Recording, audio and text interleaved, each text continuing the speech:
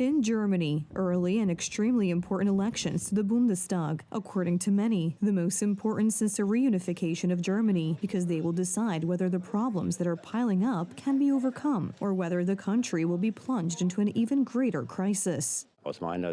In my opinion, the most important thing is to at least calm the situation in the country a little bit, to restore Germany to the position we have had for years and importance, and to restore security. The most important thing is the economy and its problems. I'm counting on the CDU and Friedrich Merz, who knows what he's doing. He needs to rebuild our country. After all, we have lost so much. This is sad. Pre-election polls indicated a clear lead for the CDU and its Bavarian sister party, the CSU, but with no chance of an independent majority.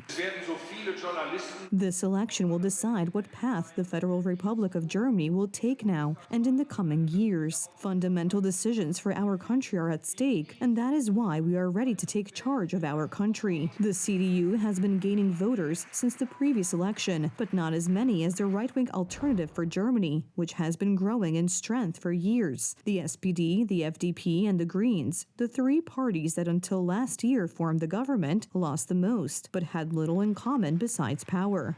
We need a strong European Union, otherwise we won't be able to deal with the world powers, and that's why it's very, very clear to me that the main priority of German policy is to make Europe a success.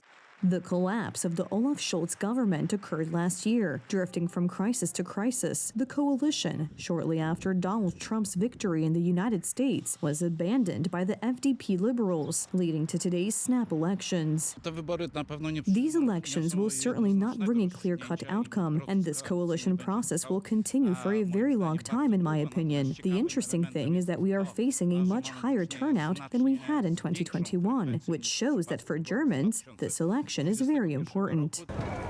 In the previous Bundestag elections, turnout exceeded 76%. Almost 60 million German citizens were eligible to vote. More than 40% of voters are over the age of 60, with only 13% under the age of 30, illustrating another problem Germany is facing, an aging population. I would like our political culture and democracy to remain intact, but at the same time I would like it to be reformed, because you can see how much it is needed.